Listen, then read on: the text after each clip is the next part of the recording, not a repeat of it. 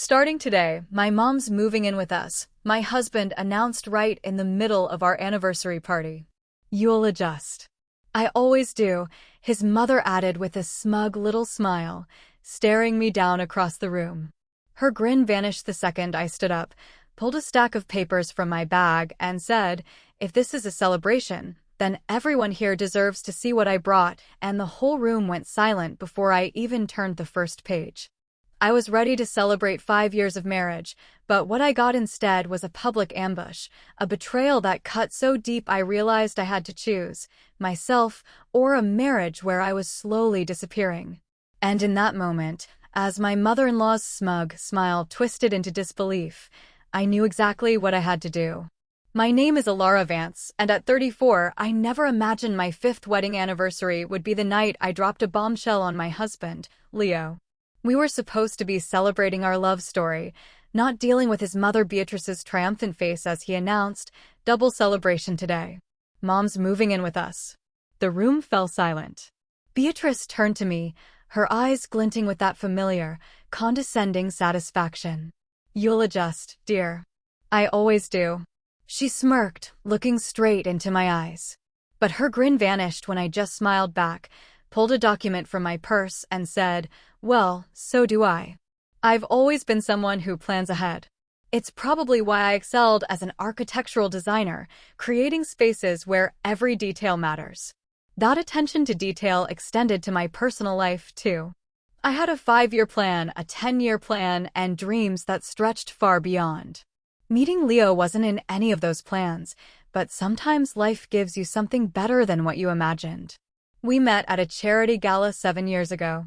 I was there representing my firm, which had donated design services for a community center. Leo was there supporting his friend's organization. He approached me at the bar, not with some cheesy line about my appearance, but with a genuine compliment about a point I'd made during my brief speech. That alone made him stand out. "Most people don't understand how architecture affects our psychological well-being," he said, extending his hand. "Leo Evans. I found your perspective fascinating." Our conversation flowed effortlessly, from the impact of public spaces to our favorite coffee shops. By the end of the night, we'd exchanged numbers and made plans for dinner. Our relationship progressed so naturally. Leo was thoughtful, communicative, and seemed to value my independence as much as his own. He was a high school history teacher who coached basketball after school, passionate about shaping young minds. I loved how he'd get animated discussing historical events or his students' breakthroughs. We both worked hard, but we always made time for each other. Within a year, we were discussing marriage. That's when I first met Beatrice Evans. Initially, she seemed charming. A retired nurse with an active social life and volunteer schedule. She welcomed me with a warm hug and a homemade dinner at her place, asking thoughtful questions about my work and background. But there was something beneath the surface, a subtle possessiveness over Leo that I noticed, but dismissed. "Leo has always been my special boy," she'd say multiple times that night, each time squeezing his arm or straightening his collar like he was still a child. "He takes such good care of me since his father passed." The real warning signs appeared gradually after our engagement. Beatrice started dropping by our apartment unannounced, always with some excuse about being in the neighborhood or having baked too many cookies. She'd inspect our space with a critical eye, running her finger along shelves, checking for dust or rearranging items in our kitchen to be more efficient. "Leo likes his coffee mugs arranged by size," she'd say, reorganizing our cabinet. "I've always done it this way for him." When I gently mentioned that Leo had never expressed such preferences to me, she'd just smile tightly and say, "Well, dear, there are some things only a mother knows." After we married and bought our house, Beatrice's behavior intensified. She had opinions about our furniture arrangement, our garden choices, and especially my cooking. Nothing was ever quite right. Leo would give me apologetic glances, but he rarely stepped in. "That's just how Mom is," he'd say after she left. "She means well." I tried to establish some boundaries without causing conflict. I suggested we set specific days for family dinners rather than impromptu visits. I asked Leo to give me advance notice when his mother was coming over. He agreed to these reasonable requests, but often forgot or got guilt-tripped by Beatrice into changing plans. She sounded lonely, he'd explain. What was I supposed to do? Despite these challenges, we built a good life together. We both advanced in our careers, traveled when we could, and talked about starting a family someday. Our 5th anniversary was approaching, and I wanted to make it special. I planned an intimate gathering at our home with close friends and family, catered by Leo's favorite restaurant. I spent weeks coordinating details, wanting everything to be perfect. What Leo didn't know was that I had been working on another project simultaneously, one that I hoped would strengthen our marriage, but could also serve as my safety net if needed. The increasing tension with Beatrice and Leo's reluctance to address it had planted seeds of concern. I loved my husband deeply, but I was beginning to question whether he could ever truly prioritize our marriage over his mother's demands. The day of our anniversary party arrived. The house looked beautiful with subtle decorations that reflected our journey together, photos from our travels, mementos from significant moments, and flowers in our wedding colors. As guests began to arrive, I felt a mixture of excitement and nervous anticipation. This night would mark a turning point in our marriage one way or another. What I didn't expect was that Leo had his own surprise planned, one that would change everything. Our anniversary party was in full swing by 7 p.m. The spring evening was perfect, warm enough for guests to spill onto our back deck, but cool enough for comfort. String lights twinkled overhead, casting a soft glow on the 30 or so friends and family members who had come to celebrate with us. The catering staff moved efficiently, and the playlist I'd carefully curated provided a pleasant backdrop to the buzz of conversation. I was in the kitchen checking on the anniversary cake when I felt Leo's arms wrap around my waist from behind. He smelled faintly of cologne and the scotch his brother, Marcus, had brought as a gift. "Have I told you how beautiful you look tonight?" he whispered against my ear. "Only twice," I teased, turning in his arms, "but I don't mind hearing it again." "You've outdone yourself with this party, Alara. Everything is perfect." I smiled, feeling a flutter of anticipation about my own surprise. "I wanted tonight to be special." "It is," he assured me, taking my hand. "Come on, I think it's time for a toast." We rejoined our guests in the living room where Marcus had already distributed champagne. Leo led me to the center of the room and raised his glass. The chatter died down as everyone turned their attention to us. "First, I want to thank everyone for coming tonight to celebrate 5 amazing years with this incredible woman," Leo began, his free arm around my waist. "Alara, you've made these the best years of my life. Your strength, your passion, your unwavering support. I'm grateful for it every day." My heart swelled at his words. This was the Leo the first fell in love with. Thoughtful, appreciative, loving. "As many of you know, family means everything to us," he continued, and I nodded, squeezing his hand. "Which is why I'm so excited to share some news that makes tonight a double celebration." I looked up at him, confused. We hadn't discussed any additional announcements. For a wild moment, I wondered if he somehow knew about my surprise. Leo beamed at the curious faces around us and declared, "My mother is moving in with us." The room seemed to tilt beneath my feet. After months of discussion, we've decided it makes the most sense for Mom to sell her house and come live here permanently. We have the space, and it'll be wonderful to have her close as we start thinking about the next chapter of our lives. Asterisk months of discussion? Next chapter? Asterisk this was the first I'd heard of any of it. I maintained my smile through sheer force of will, but inside I was reeling. I scanned the room and found Beatrice standing near the fireplace, practically glowing with triumph. When our eyes met, she raised her glass in a small salute. The guests' reactions were a mixture of polite enthusiasm and visible discomfort. Some offered congratulations while others shot questioning glances my way, clearly sensing this wasn't a joint announcement. "Wow, that's big news," my best friend Chloe said carefully. "When is this happening?" "We're aiming for next month," Leo replied confidently. "Mom's already accepted an offer on her house." Each word felt like another blow. I stood frozen beside my husband, my champagne glass clutched so tightly I feared it might shatter in my grasp. "Alara has been so supportive," Leo added, giving me a squeeze that felt more like a vice. "Haven't you, honey?" All eyes turned to me. I forced myself to nod, not trusting my voice. The moment was saved by Leo's cousin announcing it was time for cake, and the crowd's attention shifted. As guests moved toward the dining room, Beatrice approached us, her designer pantsuit immaculate as always. "Isn't this wonderful?" she gushed, patting Leo's cheek. "It's like things are coming full circle. Now I can help around the house while Alara focuses on her career." I felt my cheeks burn at the implication that I wasn't managing our home properly. "Plus," she continued, lowering her voice conspiratorially, "I'll be right here when grandchildren come along.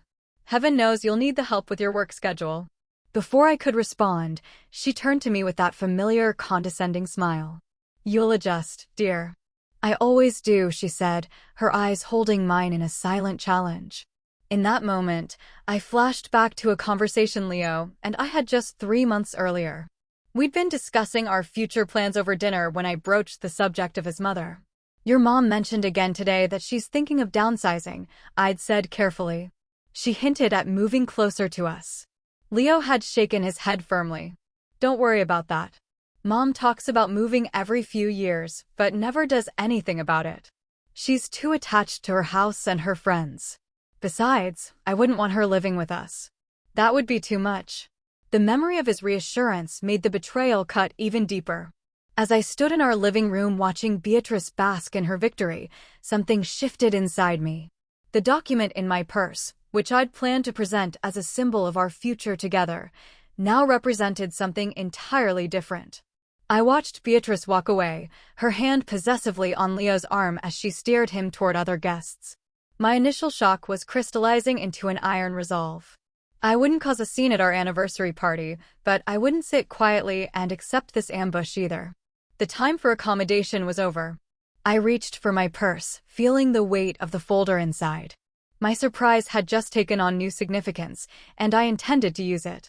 The tension at our anniversary party wasn't born in a vacuum. The friction between Beatrice and me had been building for years, escalating from minor irritations to significant boundary violations that threatened the very foundation of my marriage.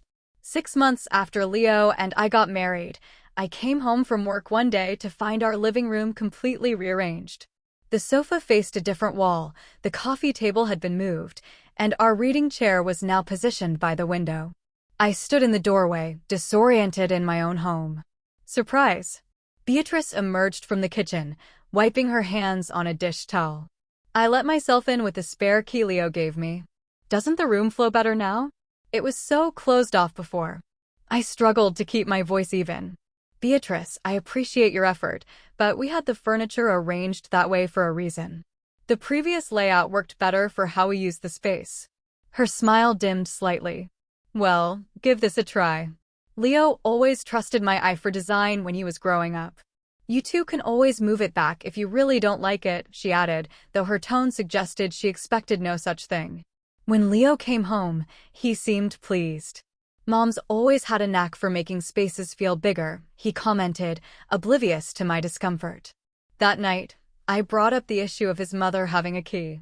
I felt uncomfortable coming home to find the house rearranged without any warning. "She was just trying to help, Alara," he replied. "Mom gets bored sometimes now that she's retired." "I understand that, but our home is our private space. I would appreciate a heads up before she comes over, especially if we're not here." Leo agreed half-heartedly, but nothing changed. Beatrice continued to drop by unannounced, often when she knew I'd be at work and Leo would be home.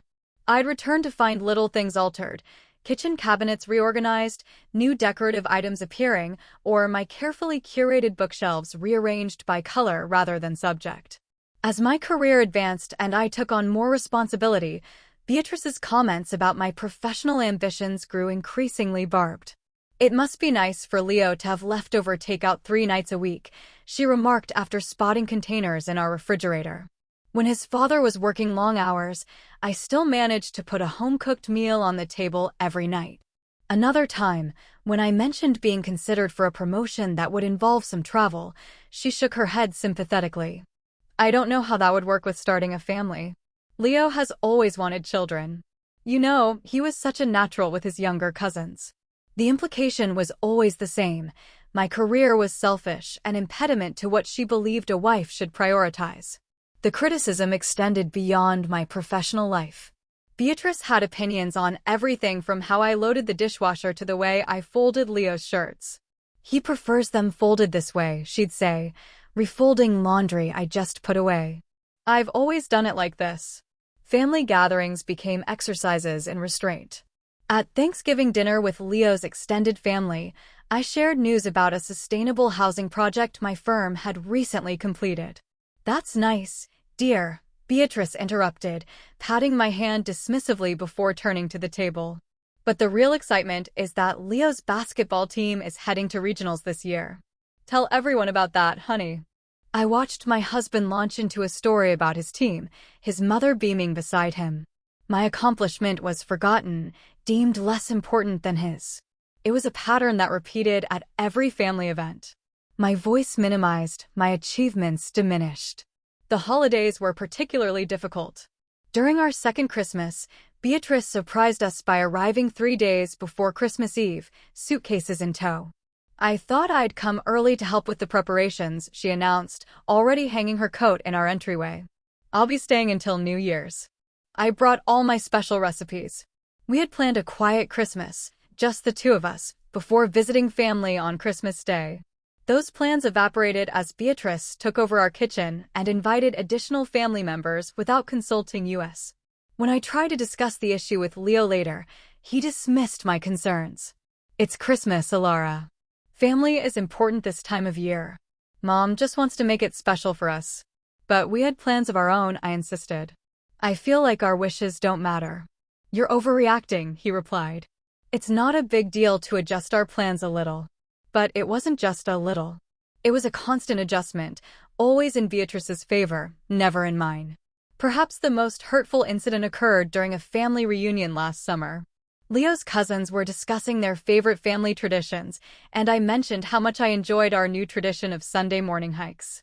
"Oh, those won't last," Beatrice interjected with a laugh. "Leo has never been the outdoorsy type. He gets that from his father. When he was little, we tried camping once and had to come home early because he was miserable." "Actually, Mom," Leo corrected her, "I enjoy hiking with Alara. It's become one of my favorite parts of the week." For a moment, I felt validated, until Beatrice added, "Well, you've always been so accommodating, sweetheart. Remember how you took ballet lessons for a month because your elementary school crush was in the class?" She turned to the group.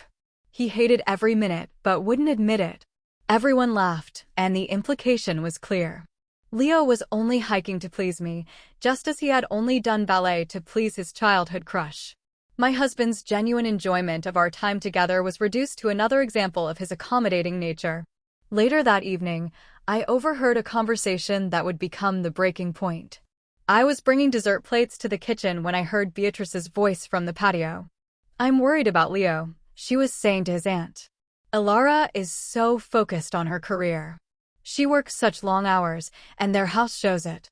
I stop by to help tidy up when I can, but it's not the same as having someone dedicated to creating a proper home." "Have they talked about children?" his aunt asked. "She always says someday," Beatrice replied, her voice heavy with disapproval. "But you know what that means for career women? I've been thinking it might be best if I sold my house and moved in with them. Leo wouldn't have to eat takeout all the time, and I could create the kind of home environment he deserves." "Do you think Alara would be on board with that?" his aunt asked skeptically. "Leo can convince her," Beatrice said confidently. "He knows I only want what's best for them. Besides, with me there to handle the household, maybe Alara would finally feel free to focus on starting a family." I stood frozen in the kitchen, dessert plates clutched to my chest, as the full weight of my mother-in-law's machinations became clear. This wasn't about helping us or even about downsizing her own home. This was about inserting herself permanently into our marriage, about creating the dynamic she wanted, with her as the primary woman in Leo's life and me relegated to the role she deemed appropriate. What hurt most was the realization that Leo might agree with her. Despite his occasional support, he consistently chose the path of least resistance, accommodating his mother's intrusions rather than standing firm on the boundaries of our marriage. That night, lying awake beside my sleeping husband, I made a decision. I needed to create options for myself, a contingency plan that would allow me to protect my independence if necessary. I loved Leo, but I couldn't continue to be erased in my own marriage. The next day, I began my secret project. The morning after overhearing Beatrice's plans, I called in sick to work for the first time in years. I needed space to think, to process what I'd learned and decide how to move forward. While Leo left for school, I sat at our kitchen table with a legal pad and began to assess my situation with the same methodical approach I applied to my architectural projects. The facts were clear. I loved my husband, but our marriage had developed a structural weakness. Leo's inability to establish boundaries with his mother had created a three-person relationship where my needs and feelings were consistently devalued. The question was whether this flaw could be repaired, or if I needed to prepare for the possibility that it couldn't. I decided to pursue both paths simultaneously, work to strengthen my marriage while creating a safety net for myself if those efforts failed. The next day, I scheduled an appointment with a marriage counselor, intending to ask Leo to join me. But before I could even broach the subject, he announced that his mother had scheduled a family dinner for that exact time to discuss some exciting news. I attended the dinner only to discover that Beatrice wanted to show us listings for houses near ours that she was considering. Leo seemed enthusiastic, while I felt increasingly invisible. That weekend, while Leo was at a basketball tournament with his team, I began researching properties. I wasn't looking for anything extravagant, just a small place that could be mine alone if needed. After viewing several options, I found it. A modest cottage about 20 minutes from downtown, nestled on a quarter-acre lot with mature oak trees. The house itself needed work, but the bones were good, and I could immediately envision its potential. Using money I'd saved from my year-end bonuses, funds I'd originally intended for a future family vacation home, I made an offer. It was accepted the following week. I told no one, not even Chloe, my closest friend. This wasn't about creating drama or threatening my marriage. It was about reclaiming my sense of agency. Over the next several months, I developed a careful routine. I told Leo the first was working late on a major project, which wasn't entirely untrue. I simply omitted that the project was personal rather than professional. 3 evenings a week, I would drive to the cottage and work alongside the contractors I'd hired, designing and implementing renovations that transformed the space. The process was therapeutic. Each decision I made, from the open floor plan to the garden layout, was entirely mine. No one questioned my choices or suggested alternatives that would better suit someone else's preferences. As the cottage took shape, so did my confidence. I consulted with both a marriage counselor and a lawyer during this time, not because I was planning to leave Leo, but because I needed to understand my options. The counselor suggested strategies for discussing boundaries with my husband, while the lawyer advised me on protecting my assets.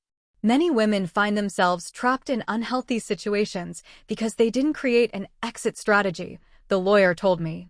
What you're doing isn't about giving up on your marriage. It's about ensuring you never have to choose between your self-respect and your security. Those words resonated deeply. I didn't want to leave Leo. I wanted our marriage to thrive. But for that to happen, something fundamental needed to change in our dynamic. As our anniversary approached, I formalized the ownership of the cottage, placing it in my name only. My original plan had been to present it to Leo as a surprise, a weekend retreat where we could reconnect away from daily pressures and rebuild our relationship on stronger foundations. I would suggest that we use the space for regular marriage maintenance, time dedicated to nurturing our connection and addressing issues before they became problems. I even prepared a letter explaining my hopes for our future, acknowledging the challenges we'd faced and expressing my commitment to working through them together. The cottage would be a symbol of new beginnings, of prioritizing our marriage above external influences. But as I put the final touches on both the cottage and my presentation, doubt crept in. Leo had shown little interest in addressing the underlying issues in our marriage. When I'd made tentative attempts to discuss his mother's increasing presence in our lives, he brushed off my concerns or accused me of being oversensitive. Would a grand gesture really change such entrenched patterns? Still, I held on to hope.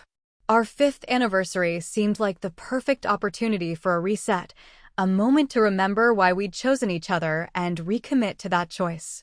I carefully placed the cottage deed and keys in a decorative folder along with the letter and photos of the renovated space. It would be my anniversary gift to Leo and potentially to our marriage. The night before our anniversary party, I drove to the cottage one last time.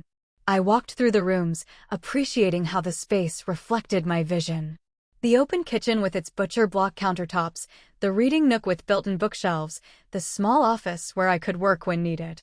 Every element represented a piece of myself. In the master bedroom, I stood before the full-length mirror and made a promise to my reflection. Whatever happened next, I would not lose myself again. I would not shrink to accommodate someone else's expectations. I loved Leo, but I also loved the woman staring back at me, the woman who had created this sanctuary, this manifestation of her own worth. As I locked up the cottage, I felt a curious sense of peace. I didn't know whether the folder in my bag would represent a new chapter in my marriage or the beginning of a different story altogether. But for the first time in months, the uncertainty didn't terrify me. I had created options for myself. Whatever came next, I would face it. Standing on solid ground of my own making, I drove home to finish the preparations for our anniversary party. The cottage keys, indeed, securely tucked away in my purse. The next day would bring clarity one way or another. I was as ready as I could be. What I couldn't have prepared for was Leo's announcement, the public declaration of a decision made without my input. The smug triumph on Beatrice's face as she watched my reaction. In an instant, my carefully constructed plans shifted. The folder in my purse no longer represented a potential weekend retreat for reconnection. It had become my declaration of independence. "You'll adjust, dear." "I always do." Beatrice's words hung in the air between us, dripping with condescension.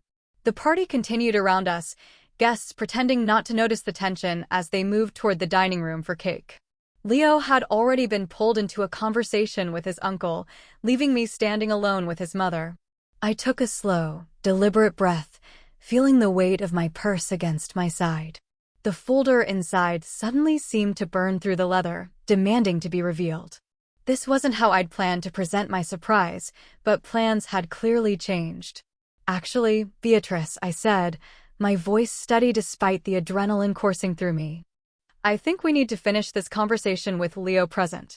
Without waiting for her response, I moved across the room to where my husband stood. I gently touched his arm, interrupting his conversation. "Leo, we need to talk." "All three of us," I said, nodding toward Beatrice, who had followed me. His brow furrowed slightly, but he nodded. "Sure, we can step into the study for a minute." I shook my head. "No, this affects everyone here. You made your announcement publicly.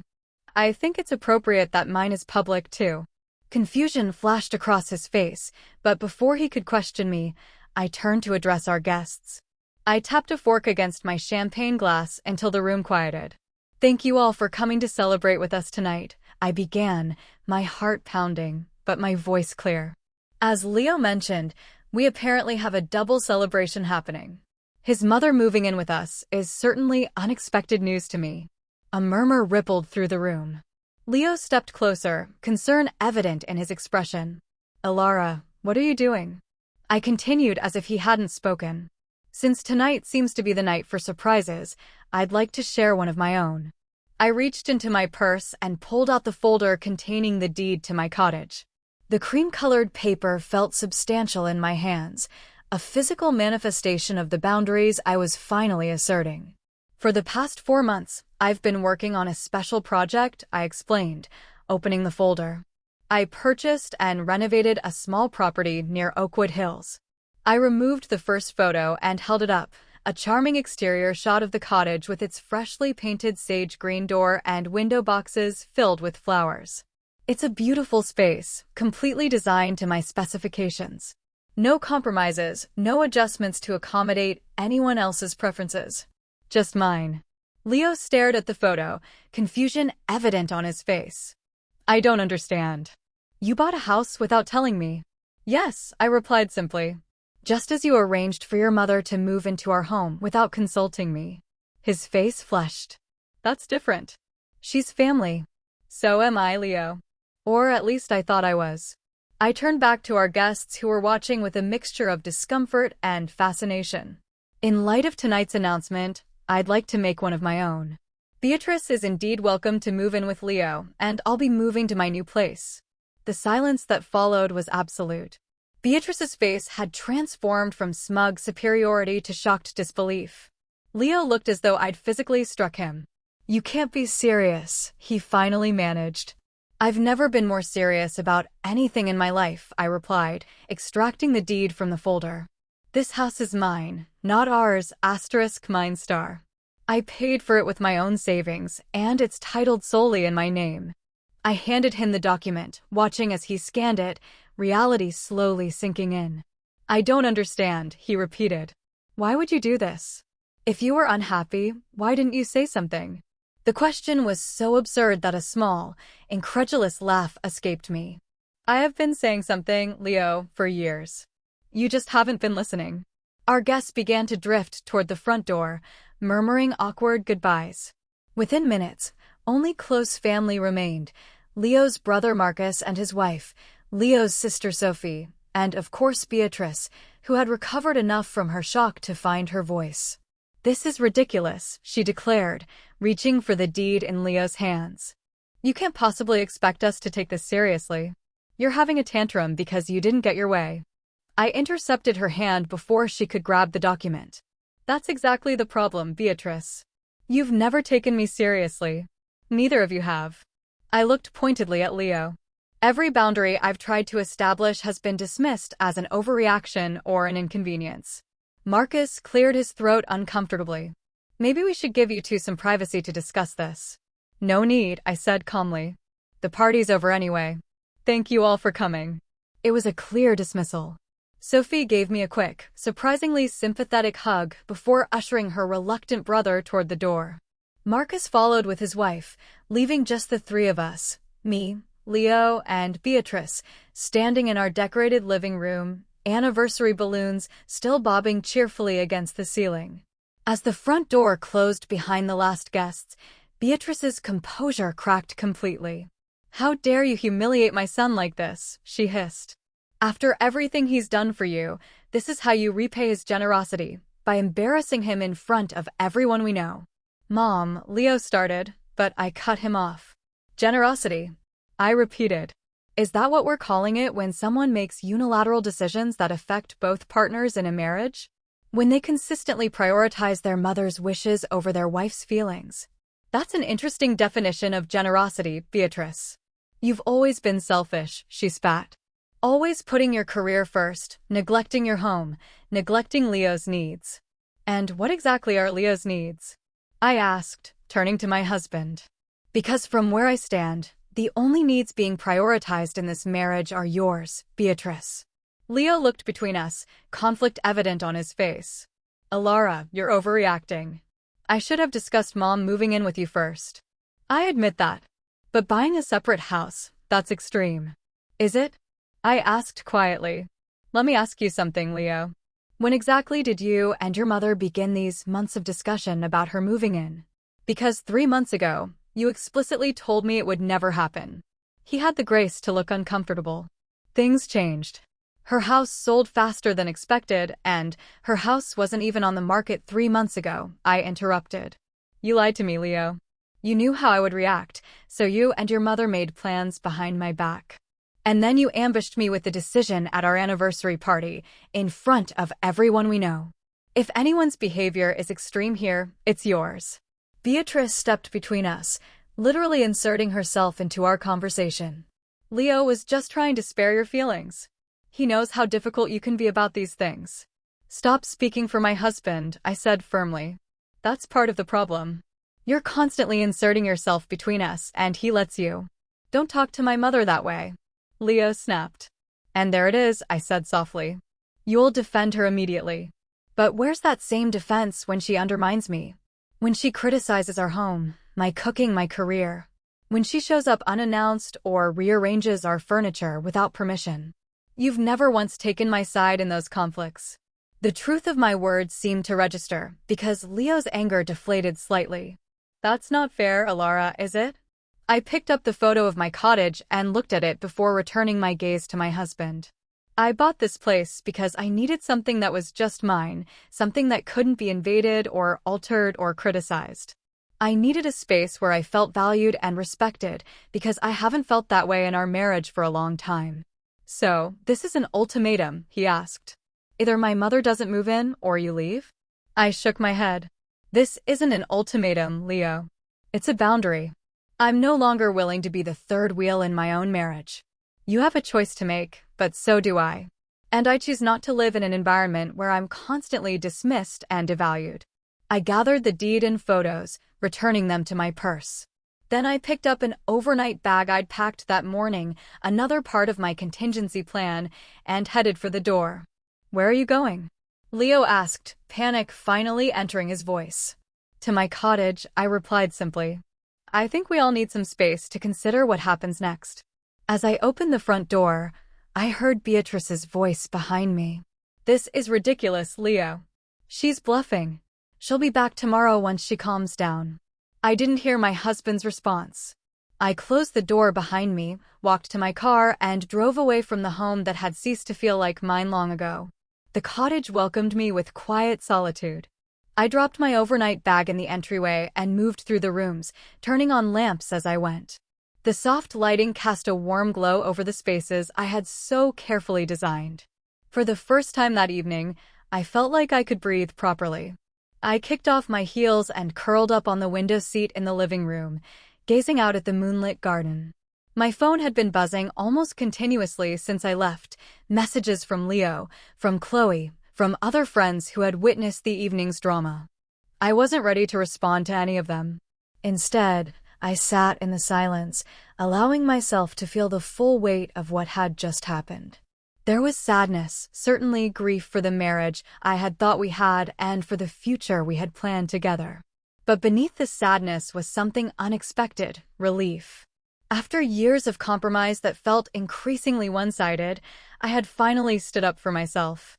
Around midnight, headlights swept across the front window as a car pulled into the driveway. I wasn't surprised when I heard Leo's key in the lock. I had given him a copy in my original plan to present the cottage as our shared retreat. He stood in the doorway, taking in the space with wide eyes before his gaze settled on me. How did you find me? I asked, though I already knew the answer. The address was on the deed, he replied. He hesitated before stepping fully inside. Ilara, this place it's beautiful. Thank you, I said simply. You did all this yourself? The renovations? I nodded. I worked with contractors, but the design is all mine.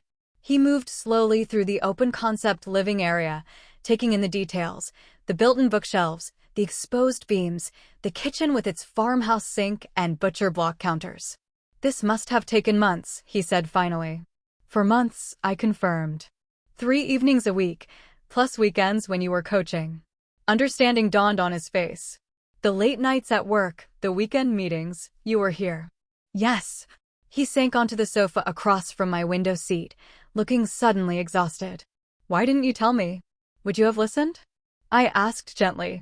Or would you have dismissed it as an overreaction, just like you've dismissed every other concern I've raised about our marriage? Our marriage was fine, he protested, but there was uncertainty in his voice. Was it really?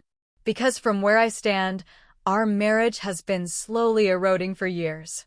Every time your mother crossed a boundary and you defended her instead of us, another piece crumbled away.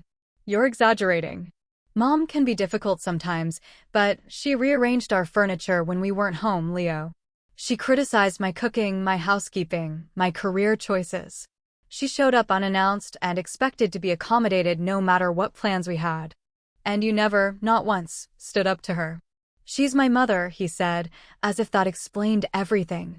And I'm your wife, I countered. Or at least I thought I was your partner. But partners make decisions together. They don't ambush each other with life-changing announcements at parties. He had the grace to look ashamed. I should have talked to you about Mom moving in. That was wrong, and I'm sorry. But you're not sorry about the decision itself, I noted. Just the way you announced it. He sighed, running a hand through his hair. I don't know what you want me to say, Ilara. She's my mother. She needs a place to live. She has a place to live. She chose to sell it without consulting us, without consulting me, because she wanted to insert herself permanently into our marriage, and you enabled that choice. That's not fair. She's getting older. The house was too much for her to maintain. There are other options between too much house and moving in with us, I pointed out. A condo, a retirement community, an apartment near us, but not with us. Options we could have discussed together if either of you had bothered to include me in the conversation. Silence fell between us as Leo absorbed my words. Outside, an owl hooted softly. "Where's your mother now?" I asked finally. "At our house. She insisted on staying to help clean up after the party." I nodded, unsurprised. "And what did she say when you left to come here?" His expression told me everything I needed to know. "She thinks I'm being ridiculous," I guessed, "having a tantrum. She probably told you not to chase after me, that I'd come crawling back once I calmed down." "Something like that," he admitted. "And yet here you are." He leaned forward, elbows on his knees. "Because despite what you seem to think, I do care about our marriage. I love you, Alara." "I know you do," I said softly. "But love isn't enough if there's no respect, and you haven't respected me as your partner for a long time." "That's not true," he protested. "Isn't it? You made a major life decision without consulting me. You lied to me about your intentions. You allowed your mother to criticize and undermine me repeatedly without ever standing up for me. How is any of that respectful?" He was silent, unable to counter my points. "I love you too, Leo," I continued. "But I can't continue in a marriage where I'm constantly the one expected to bend, to adjust, to accommodate. I need a partner who puts our relationship first." "So, what are you saying? This is it? 5 years of marriage and you're just walking away?" I shook my head. "I'm not walking away. I'm standing firm. There's a difference." I moved from the window seat to sit beside him on the sofa, close but not touching. "I want our marriage to work," I said honestly. "But for that to happen, things need to change. Real, substantive changes, not just temporary adjustments until we fall back into old patterns." "What kind of changes?" he asked wearily. "First, marriage counseling. Non-negotiable. We need a neutral third party to help us establish healthy boundaries and communication patterns." He nodded reluctantly. "Okay, what else?" "Second, your mother cannot move in with us. Not now, not ever. It would be disastrous for our marriage." His expression hardened. "She's already sold her house, Alara. Where is she supposed to go?" "As I said before, there are other options. We can help her find a place nearby if that's what she wants. But our home needs to be our sanctuary, not a battlefield." "She's going to be hurt," he said, disappointed. "Yes, she will. And you'll need to be the one to set that boundary with her, not me." That's the third change. I'm done being the bad guy, the obstacle between you and your mother. If we're going to rebuild our marriage, you need to start prioritizing us." Leo was quiet for a long time, staring at his hands. I could see the conflict in him, the lifetime of conditioning to put his mother's feelings first warring with a recognition that our marriage was genuinely at risk. "I don't know if I can do that," he finally admitted, his voice barely above a whisper. His honesty hurt, but I appreciated it. "I know.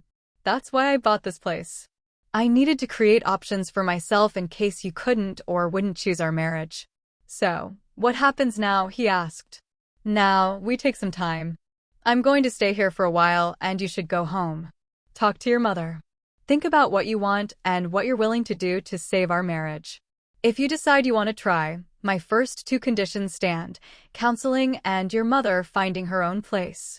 If those aren't acceptable to you, then we need to have a different conversation. And if I agree, will you come home?" I shook my head. "Not right away. I think we need the separation right now. Time to reset and reflect. But I would commit to the process, to working through our issues with professional help." He nodded slowly, processing everything I'd said. Then he stood, clearly preparing to leave. "For what it's worth," he said, pausing at the door. "I am sorry about tonight, the announcement. I knew you wouldn't be happy about Mom moving in, but I thought once it was settled, you'd adjust. I didn't consider how disrespectful that was." "Thank you for acknowledging that," I said. "It's a start." After he left, I locked the door and returned to my window seat. The confrontation had been draining, but necessary. For the first time in years, I'd expressed my needs clearly and set firm boundaries. Whether Leo could respect those boundaries remained to be seen, but I had taken the first step toward reclaiming my voice in our relationship. As I prepared for bed in my new space, I felt a curious sense of peace. Whatever happened next, I knew I would be okay. I had created this sanctuary for myself, this tangible proof that I could stand on my own if needed. It wasn't the outcome I had hoped for when I purchased the cottage, but it had become something equally valuable, a foundation for my own strength and independence. I fell asleep that night, not knowing whether my marriage would survive, but certain that I would either way. 3 months passed like a slow turning page. I settled into life at the cottage, finding comfort in the quiet routine I established. Mornings began with coffee on the back porch, watching the sun filter through the oak trees. Evenings ended with books in the window seat or plans spread across my small home office desk. The solitude, once unimaginable, became a kind of healing. I threw myself into work during those months, earning praise for a sustainable housing project that incorporated many of the design elements I'd tested in my own cottage. My boss noticed the renewed energy and focus I brought to the firm. "Whatever's changed in your personal life," she commented during a project review, "it seems to be fueling your creativity. This is some of your best work." The irony wasn't lost on me.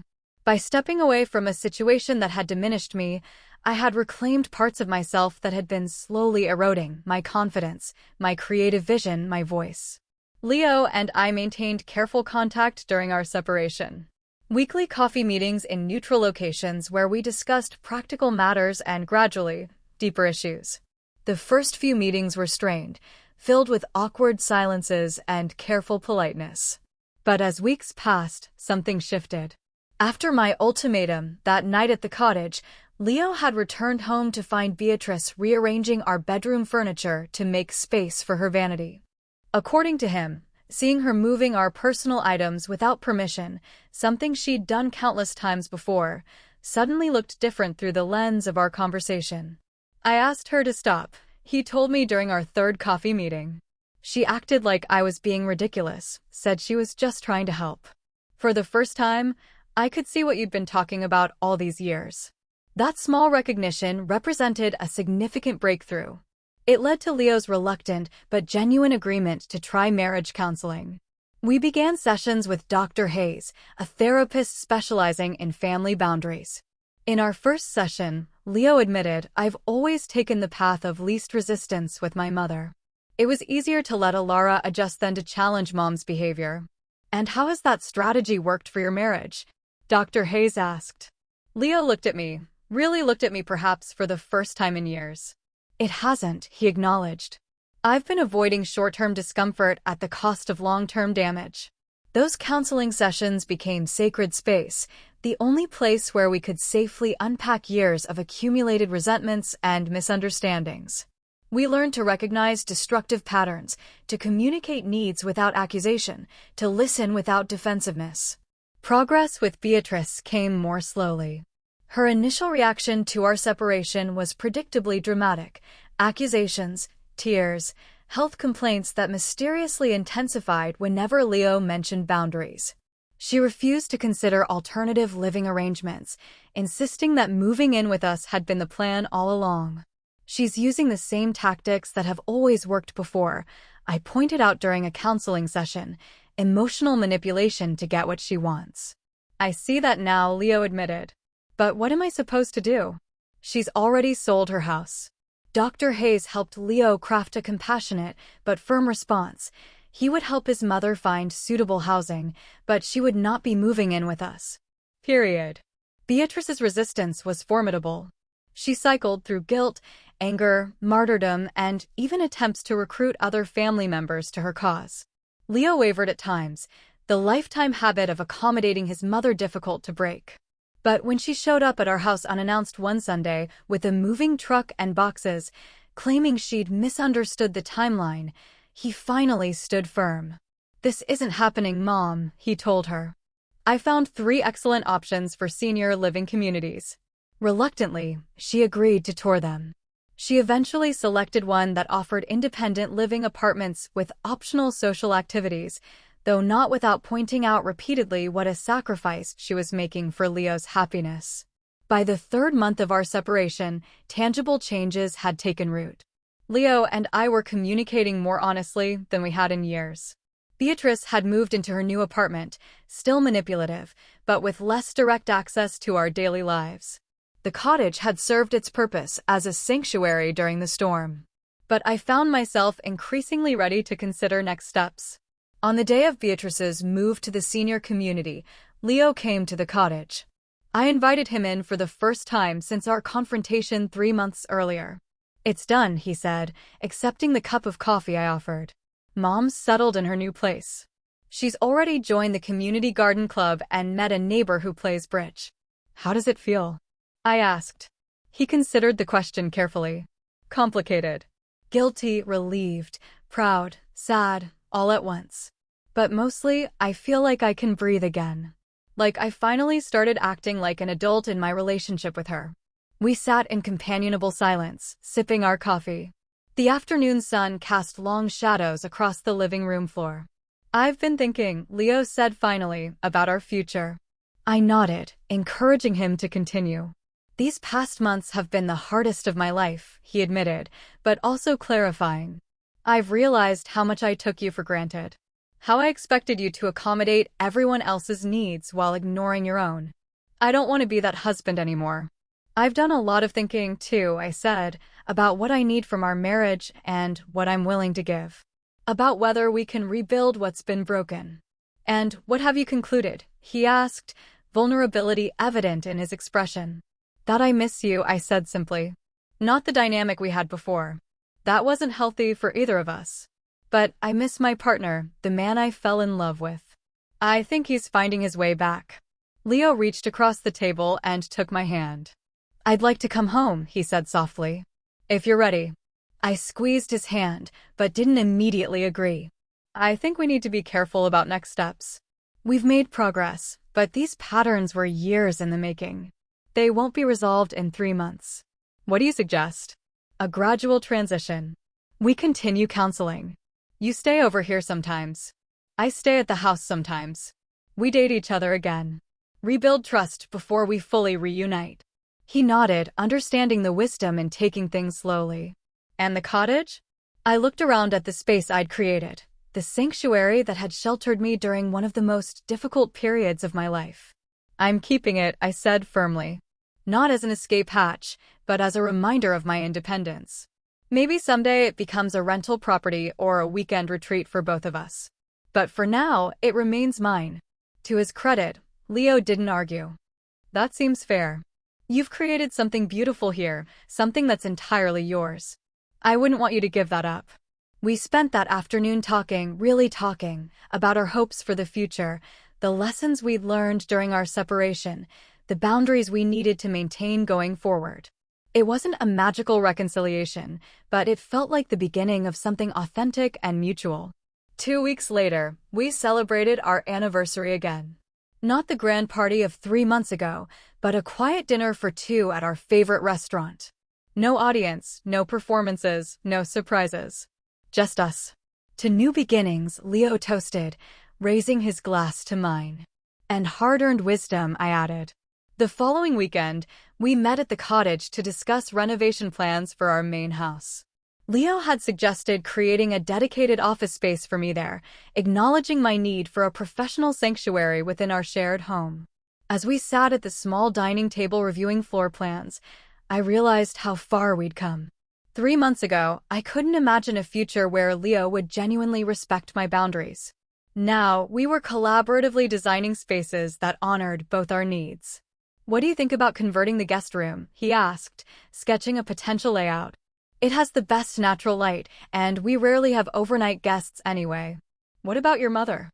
I asked the question, a test of sorts. "Mom has her own place now," he replied without hesitation. "If she visits, she can stay in a hotel like any other out-of-town guest. Our home is for us." I smiled, hearing the clarity in his voice. We still had work to do, boundaries to reinforce, patterns to rewire. But in that moment, I felt something I hadn't experienced in years: hope. Not the desperate hope that things might someday change, but the grounded hope that comes from witnessing change already in progress. Our marriage had been broken, then deliberately, painstakingly rebuilt on a stronger foundation. The cracks would always be visible if you looked closely enough, reminders of what we'd almost lost, but the structure itself was sounder than before. As we continued discussing renovation plans, I reflected on the journey that had brought us here. Standing up for myself had been terrifying but necessary. Creating options had given me the strength to set boundaries, and those boundaries, painful as they were to establish, had ultimately saved our marriage rather than ending it. It wasn't a fairy tale ending. Those don't exist in real life. But it was something better. An authentic relationship between two imperfect people, committed to growing together rather than apart.